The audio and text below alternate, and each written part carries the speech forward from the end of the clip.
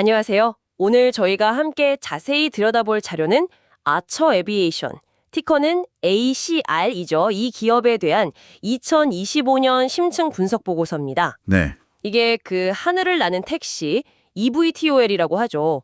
전기 수직 이착륙기. 맞습니다. EVTOL. 이 분야랑 또 방산 분야.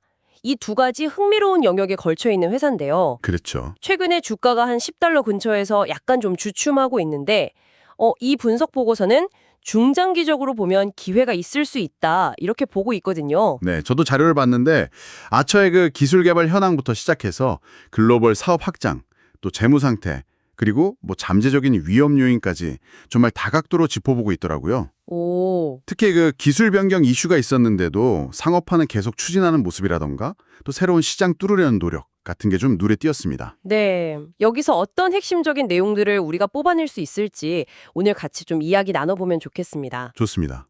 그럼 먼저 기술 이야기부터 좀 해볼까요? 그 주력 모델 미드나이트 있잖아요. 네네. 그 프로펠러 설계를 최근에 2엽에서 4엽으로 바꿨다고 하던데 이게 시장에서는 좀 우려가 있었다면서요? 맞아요.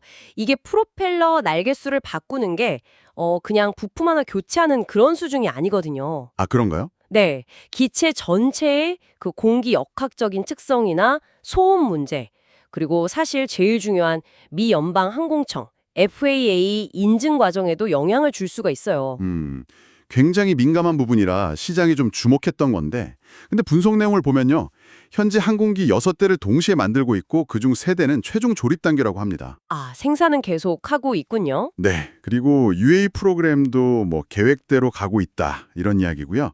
중요한 건 이제 새로 만드는 항공기에는 전부 이 개선된 사업 설계를 적용하고 있다는 점. 아하. 그리고 최근에 그 UA 시험 비행했던 건 구형, 그러니까 2엽 설계 기체였다는 걸 명확히 하고 있어요. 그러니까 상업화 자체는 큰 차질 없이 진행 중이다. 뭐 이런 신호로 봐야겠죠. 기술적인 우려가 있긴 했지만 실제 상업화 준비는 문제없이 가고 있다 이런 거군요. 그렇죠. 그렇게 해석할 수 있겠습니다. 해외 진출 움직임도 굉장히 공격적이더라고요. 특히 중동하고 아시아 쪽으로요. 그렇습니다. 그 UAE에서 하는 런치 에디션 프로그램, 이게 대표적인데요. 올해 이 프로그램 하나만으로도 $10,000,000 넘는 성급금 수익이 들어올 걸로 예상하고 있더라고요. 오, 선급금이요. 네, 여기에 에티오피아 계약이 한 $30,000,000, 인도네시아 계약이 약 $1,800,000 정도 되는데 이거 다 합치면 전체 계약 규모는 대략 $5,000,000에서 $1억 사이로 보고 있습니다. 규모가 상당하네요. 네, 그리고 주목할 점은 이게 단순히 비행기만 딱 파는 게 아니라는 거예요. 아, 그런가요? 유지보수라든가 조종사 교육, 운영 지원까지 다 포함된 뭐랄까 좀 포괄적인 서비스 계약이라는 거죠. 아, 단순히 기체 판매가 아니라 거의 뭐 운영 파트너십 같은 느낌이네요. 맞습니다. 더 깊숙이 들어가는 거죠. 인도네시아는 그 신수도 이전 관련해서 더 큰 이야기도 있지 않았나요? IKN이라고 하던데요. 네, 맞아요. 인도네시아 신수도 IKN 지역 프로그램 관련해서 항공기 50대 구매 약속. 이게 금액으로 따지면 한 2억 5천만 달러 규모거든요. 와, 2억 5천만 달러요? 네.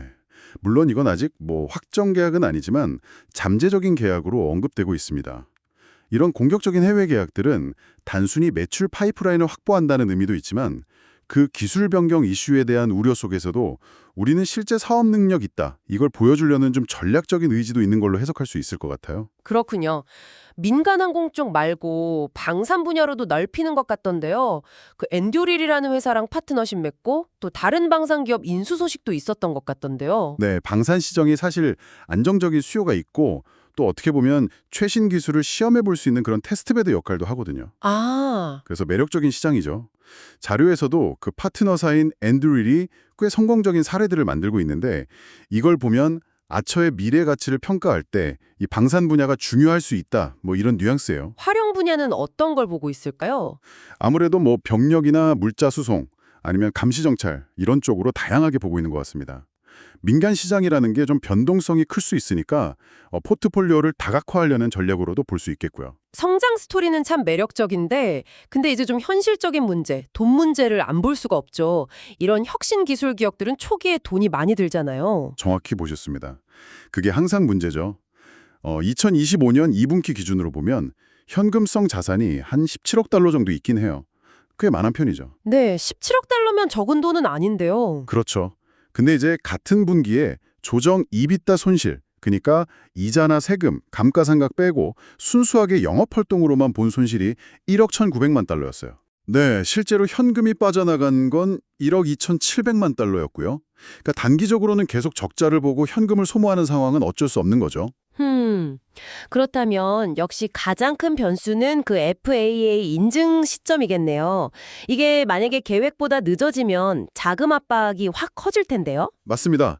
분석에서도 그 FAA 인증 지연 가능성을 아주 주요한 위험 요인으로 딱 꼽고 있어요. 그렇죠. 이게 늦어지면 추가로 자금 조달을 해야 할 수도 있고 그러면 이게 장기적으로 불확실성이 커지는 거니까요. 네. 그거 말고도 뭐 실제 상호 분양을 시작했을 때 생각보다 수요가 적을 수도 있다는 점, 아니면 경쟁사들이 더 빨리 치고 나올 가능성, 이런 것들도 다 고려해야 할 위험이라고 지적하고 있습니다. 여러 위험 요인들이 분명히 있긴 한데 그럼에도 불구하고 분석 자체는 성장 전망을 꽤 밝게 보는 것 같더라고요.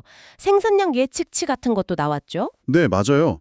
분석에서는 2026년에서 2027년 사이에 한 250대에서 많게는 650대까지 항공기 생산이 가능할 거다 이렇게 전망하더라고요. 650대요? 네, 만약에 이 650대 생산이 정말 현실화된다면 연간 가치 평가로는 최대 32억 5천만 달러까지도 보고 있어요. 와, 미국이랑 다른 나라에서 서비스가 성공적으로 시작되고 아까 말한 그 군수용 제품까지 상업화가 잘 맞물리면 매출이 정말 크게 성장할 수 있다. 이런 기대감이 깔려 있는 거죠. 자, 그럼 정리를 한번 해볼까요? 아처 에비에이션. 이 회사는 차세대 기술인 eVTOL, 그리고 공적적인 글로벌 확장, 또 방산시장 진출이라는 아주 강력한 성장 엔진을 가지고 있는 건 분명해 보입니다. 네, 그렇죠. 하지만 동시에 FAA 인증이라는 아주 큰 허들이 있고 또 계속 돈이 들어가는 이 현금 소모 문제라는 명확한 위험 요인도 안고 있고요. 맞습니다. 그래서 이 분석은 현재 주가가 좀 주춤하는 이 시점을 이런 위험을 다 감안하더라도 장기적으로 보면 기회가 될 수 있다. 이런 시각을 보여주는 것 같아요. 그렇습니다. 결국에는 이 기업이 내놓은 그 멋진 청사진 있잖아요. 네. 이걸 진짜 현실로 만들 수 있느냐. 네. 그러니까 FAA 인증받고 실제 상업 운항 통해서 돈을 벌 수 있느냐. 네. 여기에 모든 게 달려 있는 거죠. 네. 분석 자료는 그 가능성 쪽에 좀 더 무게를 두는 것 같긴 하지만 동시에 위험 관리도 필수적이다. 이 점을 아주 분명히 하고 있습니다. 그렇죠. 잠재력과 실제 사업 실행 능력 사이의 균형, 이게 중요하겠네요. 네, 정확합니다. 그 균형을 어떻게 맞춰 나가느냐가 관건이겠죠. 마지막으로 듣고 계신 여러분께 질문 하나 던져보겠습니다. 아처 같은 이런 혁신 기술 기업을 평가하실 때 여러분은 세상을 바꿀 수도 있는 이 기술 자체에 엄청난 잠재력에 더 무게를 두시나요? 아니면 그 기술이 실제 시장에 나와서 돈을 벌 수 있을지 그 현실적인 가능성에 더 집중하시나요? 아마 이 질문에 대한 답이 여러분의 투자 결정을 이끌어줄 수도 있을 것 같습니다.